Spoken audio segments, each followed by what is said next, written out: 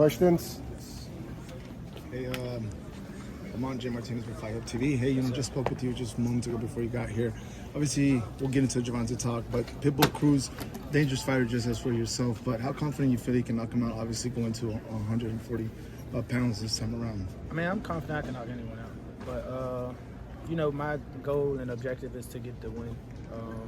If the opportunity presents itself, I'll definitely take it, and I'll go to extreme measures to take it too.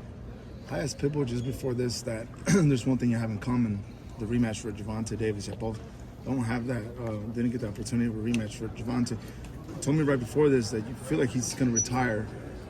You're not looking ahead, obviously, but do you feel like that's going to be the last option for Gervonta, just retiring? You're not going to get that, and what would it be next? I mean, I'm not personally worried about that. Like, we moved on. So, if it comes, that's a big if. Like the rematch was a big if. We were in camp for that, so it was an if. Like I said, he pulled out of the fight that we were contracted to do. He went to the circus show fight, and he said he was going to retire. I believe him. Why do you say he's a circus show fight? It's just for shits and giggles. Jake Paul's fucking 200 pounds, and he's whatever he is. So I spoke to Roberto Diaz over in Florida, and I know he's part of your team. He was a little bit upset when all that news came out. He called it a duck. Would you call it a duck? For sure. You call it a spade, for sure. We're contracted to fight, and you go and take another fight. You breach that contract, and you go take another fight. That's a clear duck. I mean, obviously. So. There's an article that came out that said that you feel that you've been very disrespected because of the rematch did not take place. Do you stand firm on that comment that you made, or is it comment that feel disrespected because the rematch didn't happen? I feel disrespected towards the disrespect that was pointed towards me, or that was on his behalf. And if you don't know, just coming out of the mouth or saying socially, publicly, disrespectful things, mentioning my family, shit like that. I don't take too kindly to that. And I never will. I will always stand on 10 about that. So, that's not hyping a fight up. That's just disrespect. That's outside of boxing. And don't go there with me. That's all I'm saying. So, that's where the disrespect lies. And then he just did bad business. When it comes to the rematch, he did bad business. Handle the business properly, and we wouldn't have this whole big commotion about it. It wouldn't be so much rah-rah about it. I was there at the press conference for your first one, the first fight for Gervonta and yourself. And after that, a lot of people were saying, and I think you noticed it too, that Gervonta was more out than in mentally in the boxing fight. And now we're seeing what's going on. Do you feel like he's more out than in boxing overall, and maybe that check that he's going to get with Jake Paul is just... I don't know. Let me tell you this. Let me ask you guys this. If he would have won the fight, would we be hearing all this, 1 foot in, out, 1 foot out shit? No, I don't think so. Not at all. So let's just nip that in the bud. Let's not make that an excuse. I even said that in the press conference myself. I'm not trying to hear none of that, retirements. He predetermined. He knew what he was getting himself into. That's what I'm gonna tell y'all that right now. So all this retirement shit right before the press conference or during the press conference is just setting him up for a way out, just in case he doesn't do what he's supposed to do, or if I do what I did that night. So that's all I'm saying. It's just it's premeditated. I'm not trying to hear none of that excuse shit. No. If you could run it back, would you run it back? For sure. That's what I mean. Yes, I was unrightfully screwed out of a victory for me to be 2-division world champion. That's a big difference coming into another fight. That's a big difference in money. That's a big difference in notoriety. That's a big difference in legacy. I want to be in the Hall of Fame when I retire. Absolutely. I want to do that. So, and I really feel like you could have won that fight, and I think you did win that fight, to be honest with you. That's my thing. It's unrightfully screwing me out of a lot of things. So.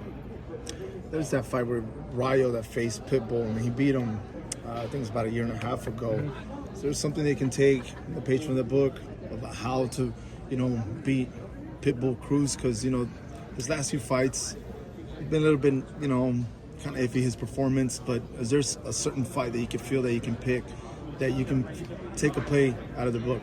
I mean, I don't necessarily just pick on one fight. You got to think, a fighter's going to come in there and do what they do that night, not whatever they can do. It's going to be different. Even though it's probably similarities, it's going to be different. Styles make fights. Some people perform up to a level. Some people perform down to a level. Some people, just flat out perform. And I think, me personally, I'm coming into the fight, Pitbull Cruz being the best Pitbull Cruz ever. So that's how we're going to approach that fight.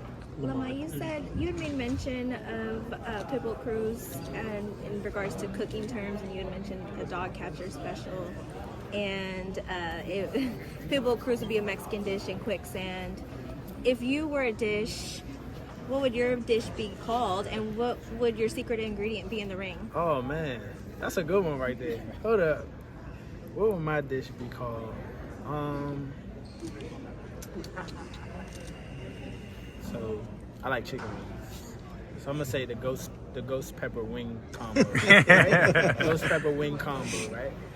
Obviously it's gonna be super spicy. It's gonna pack a punch, and the sauce is gonna be the secret weapon, and the sauce is gonna be the one that really, really, really, really packs the punch.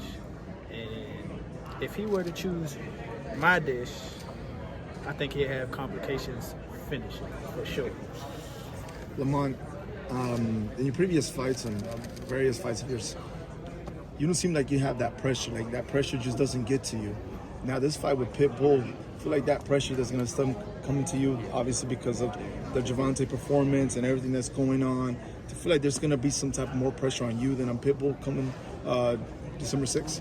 No, again, I'm moving up again. I'm fighting a champion again. So, they have everything to prove far as, being at a certain status at their weight class that I'm moving up to. But for me, I don't really have too much pressure. And if I do have some pressure, I know how to deal with it. Like, built like that. There was a comment on our channel when we talked to Calvin Ford that he said, and I quote, Roach was a nobody before us. And then somebody said in the comments, well, if he was, then why are you making a big deal of not giving him that rematch immediately? So what is your and there was various comments of that same context with that when he said that. What is your response to that? Honestly, I didn't see the whole thing, but I did see that clip. I mean, he just made a fool of himself, honestly. Like, first I was a nobody, then I was a world champ, but then you somehow in one of those segments say the world seen what Roach did to him, so now they think Jake Paul can do something. Like, what are you getting at? Like, okay, yeah, more people might know me because I fought Tank, but more people know me because essentially what I did, not because they just say, hey, look at him. It's because I'm on that platform and I got the skills to show y'all what I can do, and I did it against everyone's favorite fighter. Lamont, just a couple fights ago, you're at 130. Do you ever anticipate your move to 140 would come so fast? Okay, so look, when Pitbull and Rayo fought each other, before the fight was over, I tweeted Gilberto Mendoza and was like, can I fight the winner?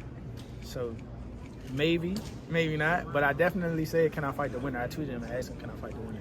So, I mean, he got shot down, but still, so it's like maybe not, but it definitely was projected by me. Is 140 where you want to stay? You mentioned Sabril Matias. Shakur Stevenson looking to move to 140 to fight Teo. I know you've talked about wanting to fight Shakur. Would that be a fight at 140? Would it go back to 135? Do you want to stay at 140? Honestly, I think if Shakur and Teo fight, I don't think he's going to stay at 40. I don't think. But if he does, I'd like to fight him at 140. But I think that's a fight that happens at 135. It all depends on what is available in